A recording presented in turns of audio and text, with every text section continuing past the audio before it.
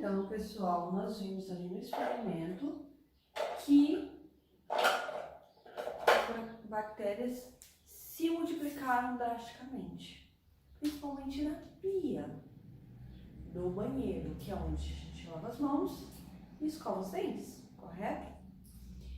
E por que nisso? Por que nesse ambiente? A gente pensa, mas professor, ali não tem tantas bactérias assim, se fosse no vaso sanitário, teria mais. Só que na nossa boca tem uma colônia de bactérias gigantesca, muito grande mesmo.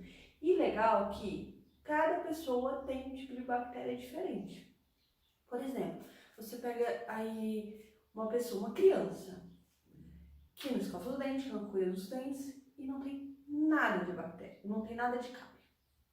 Outra criança que cuida, aí de vez em quando na vacilada aparece uma cárie. Por quê? Porque tem tipos de bactérias diferentes. Então, uma boca aí, uma criança que não cuida e tem bastante bactérias ruins na boca, tem maior chance de ter cárie em relação ao outro. Claro que tem essa característica dos dentes também. Mas isso é uma coisa importante. Outra coisa legal é o que acontece com as aftas. Sabe quando você está escovando os dentes, dá uma batidinha, machuca e logo forma uma feridinha, uma afta. O que foi isso? Foi que o tecido abriu essa camadinha da boca, uma proteção, um epitélio de proteção, e quando ele abre, as bactérias atacam e começam a se proliferar rapidamente. Um outro caso legal, bem interessante, é no tipo de feridas na pele. Tem uns casos raríssimos em que a pessoa machuca e ali forma uma ferida. Alguns chamam de bactérias comedoras de carne. Vocês podem olhar aí na internet, eu não vou colocar a imagem porque é bem chocante. E forma aquelas feridas bem feias, sabe? Que dizem que até tem um odor ruim e tal. E isso é por bactéria. É claro que essas bactérias vão se desenvolver nesse tecido daquelas pessoas que já têm a imunidade aí um pouco debilitada, tem problemas de saúde, aí propicia para essa instalação dessa colônia de bactérias. E tem vários tratamentos que eles utilizam, mas muitas vezes as pessoas ficam anos e décadas com essas feridas.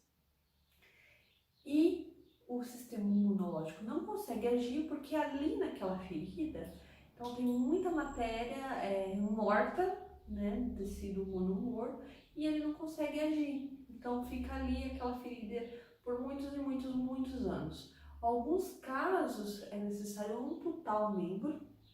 E em outros países, eles utilizam uma técnica que eles chamam de terapia larval, que é aquela larva, bigatinho mesmo, mas esse bigatinho, que é a larva de mosca, ela só come o tecido morto, ela é criada em cativeiro e tal, então ela tá limpinha e eles colocam nessa ferida e ela vai comer ali todo o tecido morto, limpa essa ferida, aí sim começa o tratamento e essa pessoa tem a possibilidade de se recuperar dessa ferida.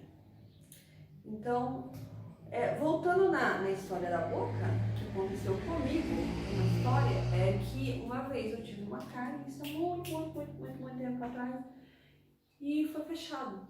Ela fez a obturação e fechou. E aí o que aconteceu? Essa dentista, ela não tirou tudo da cárie e ficou bactéria e ela fechou. E em vez de eu sentir acontecer alguma coisa, essa bactéria entrou no meu canal do dente, subiu e foi até essa região aqui do meu osso. E ela ficou aqui, questão aí de 7 anos, e foi decompondo, correndo todo esse osso aqui. Então quando eu comecei a sentir dor e foi fazer, tinha um buraco mesmo no meu osso, que ela foi ali se alimentando daquele osso. E o dentista, ao ver, ele teve que abrir. Primeiro ele abriu para drenar, então uma bactéria que está ali, ela não, ao entrar em contato com o oxigênio, muitas vezes já ajuda aí para a eliminação. Nós vamos ver daqui a pouquinho essa questão de bactérias aeróbicas e anaeróbicas. E aí depois teve que entrar com antibiótico, então teve que tomar antibiótico, aí sim eliminar essa bactéria que estava já aqui. E quando essa bactéria está aqui, por exemplo, há muitos anos atrás, que não tinha essas técnicas, não tinha o antibiótico, ela poderia migrar, então ela poderia ir para o cérebro e causar meningite, ela poderia descer para o pulmão, causar uma pneumonia ou até uma infecção generalizada. O que acontece? Vocês veem aí, fulano fez a cirurgia da infecção, causou uma infecção generalizada e morreu. É isso, as bactérias elas tomam conta do corpo inteiro e o organismo não consegue mais responder e acaba morrendo. Então, vamos voltar só um pouquinho naquela questão que eu falei das bactérias, que eu falei bactérias anaeróbicas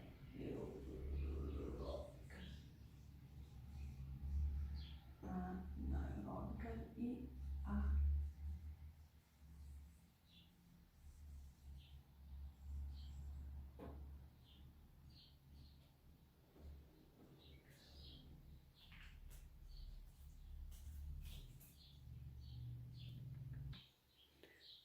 Então, sabe aquela bactéria que estava no meu dente? Ela é anaeróbica, né? Foi eliminada. Anaeróbica. Ela vivia num ambiente ali sem oxigênio e ela não precisava do oxigênio para sobreviver. Então, quando teve o valentinho ali, ele abriu essa bactéria. A hora que entrou em contato com o oxigênio, já começou a matar ela, porque o oxigênio era tóxico para ela. Tem bactérias que podem viver aí, são anaeróbicas e podem viver num ambiente com oxigênio, que não serão tóxicas para elas. As bactérias que precisam do oxigênio para sobreviver são ditas bactérias aeróbicas. Então, veja bem, aquelas bactérias que estavam lá no meu osso, aqui se alimentando dele, elas são chamadas de heterotróficas.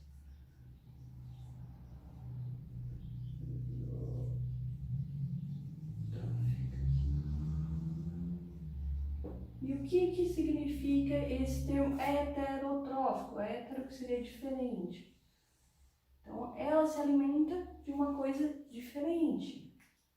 O trófico, né, de alimento. Então, o que seria esse diferente? O meu osso. Ela estaria se alimentando aqui do osso. Aquelas bactérias do dente se alimentariam do dente, da pele, se alimentariam da pele. Tem outras, por exemplo, da gelatina, estaria se alimentando da gelatina. Tem aquelas que se alimentam de tecido, essa do tecido vivo, outras de tecidos mortos. Algumas se alimentam de plantas e por aí vai. Uma infinita quantidade de bactérias. Mas tem umas que, diferente dessas que precisa de um outro organismo para produzir alimento para ela, tem bactérias que, como nas plantas, produzem o seu próprio alimento. E essas bactérias são chamadas de autotróficas.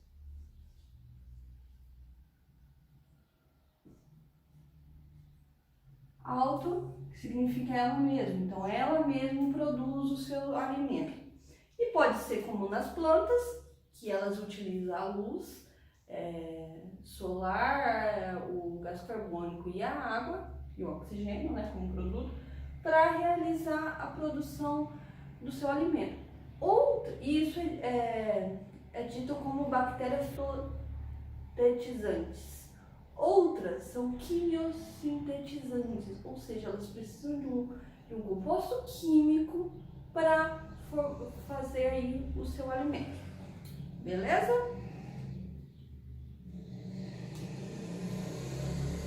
Então, vocês viram que as bactérias são responsáveis por diversos danos.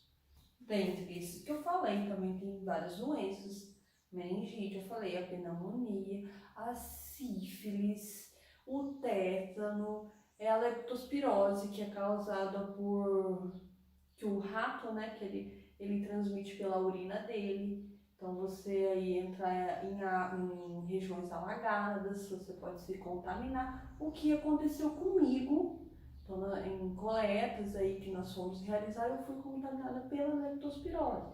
E aí você tem que tomar um antibiótico para se recuperar. Mas, será que as bactérias são sempre as vilãs? Ou vocês acham que pode ter algum benefício? Por exemplo, quando eu tomei aquele antibiótico que eu tive um problema no dente, é um antibiótico muito forte e ele causou aí um distúrbio no intestino, o famoso piriri. Por que aconteceu isso? Porque esse antibiótico que eu tomei, ele era tão generalista que matou todas as bactérias do meu organismo, inclusive a do intestino. E essas bactérias do nosso intestino são as responsáveis por fazer um equilíbrio. Então nós precisamos delas ali no nosso intestino para fazer um equilíbrio dele e funcionar tudo corretamente. A mesma coisa é em outros organismos, como nos ruminantes. Lembram que tem uma área que tem bactéria, essas bactérias são as responsáveis por degradar aí a celulose. E no caso dos cupins também. Aí o que acontece? Quando a gente tem esses distúrbios por falta de bactérias no nosso intestino, nós temos que tomar aí probióticos, por exemplo, Yakult, que aí são para restabelecer essa flora intestinal, beleza?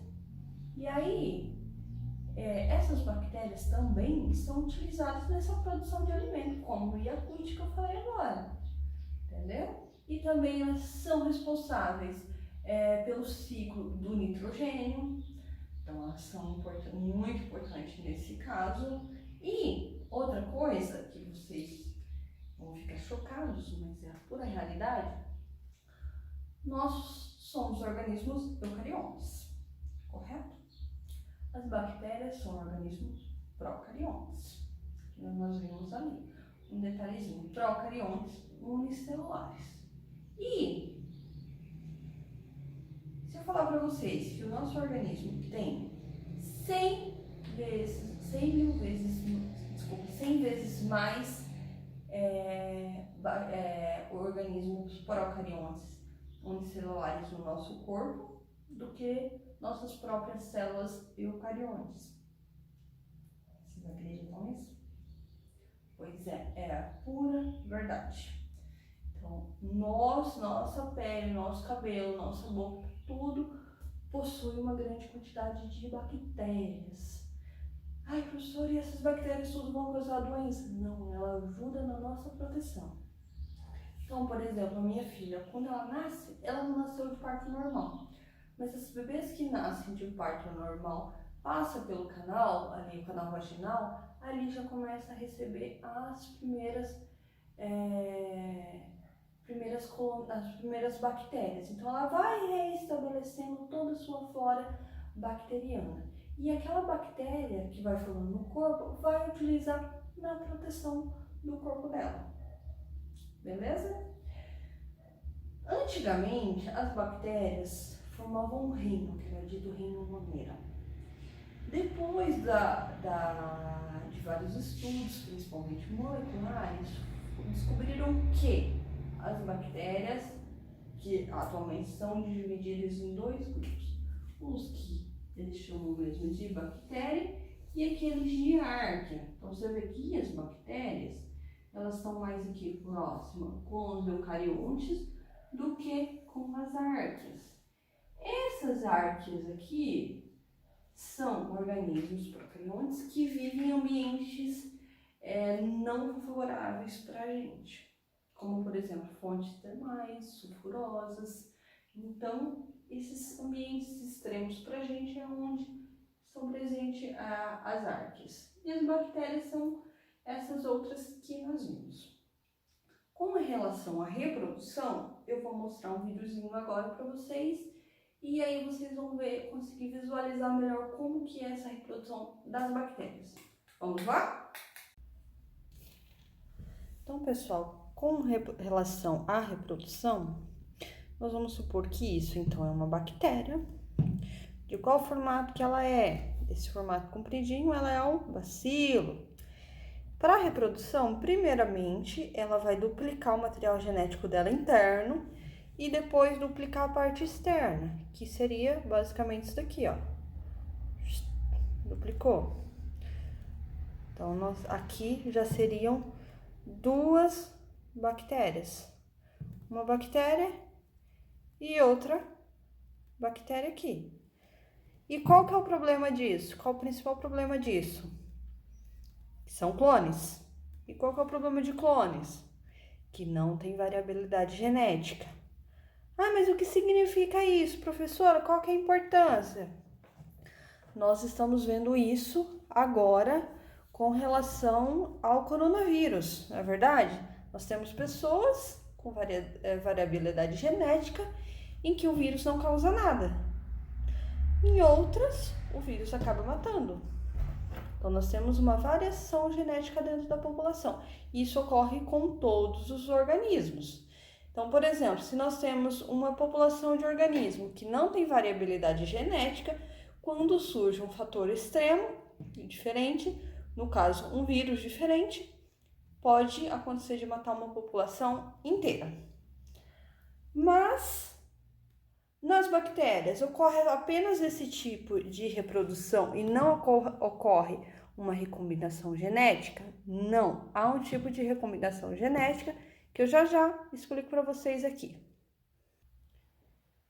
Então, nesse primeiro caso, que é dita com a transformação, a bactéria, lembra a nossa bactériazinha aqui?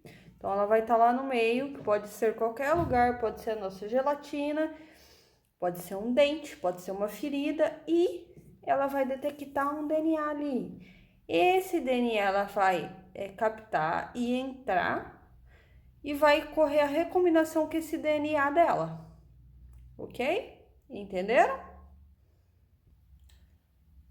Num segundo caso, que é dito transdução, então ela utiliza os vírus. Lembra que os vírus precisam de um outro organismo para se reproduzir. Então, o vírus chega nessa bactéria, lembra dos nossos vírusinhos? Ele introduz o material genético dele dentro da bactéria e a bactéria faz toda essa reprodução do vírus. Mas, quando esse vírus vai sair, ou seja, quando vai liberar vários vírus, né? O vírus entrou dentro da bactéria, proporcionou que essa bactéria fizesse a reprodução. Então, quando eles, né, que seriam vários, forem saírem dessa bactéria, então ocorre aí, essa bactéria insere fragmentos do DNA dela nesse vírus. Então, quando esse vírus sai, ele leva consigo um pedacinho do DNA dessa bactéria. E quando ele for, então, numa outra bactéria, ele vai levar esse pedacinho do DNA para outra bactéria e vai inserir esse DNA. Entenderam? E nesse último caso, né, que é de conjugação, então lembra das fímbrias que eu falei que eu iria falar depois, que são essas essas estruturas pontiagudas que eu desenhei aqui?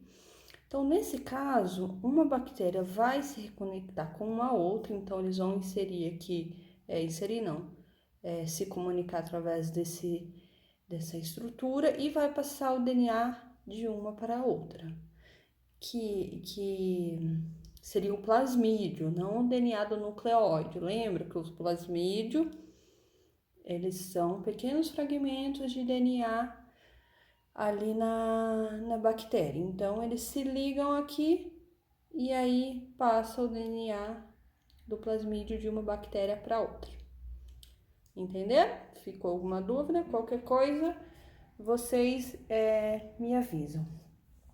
Com relação a essa questão das bactérias e de variação genética, eu quero que vocês pesquisem sobre a superbactéria. Dá uma lidinha sobre esse assunto e veja onde elas estão e quais são os perigos dela. Um assunto bem interessante também.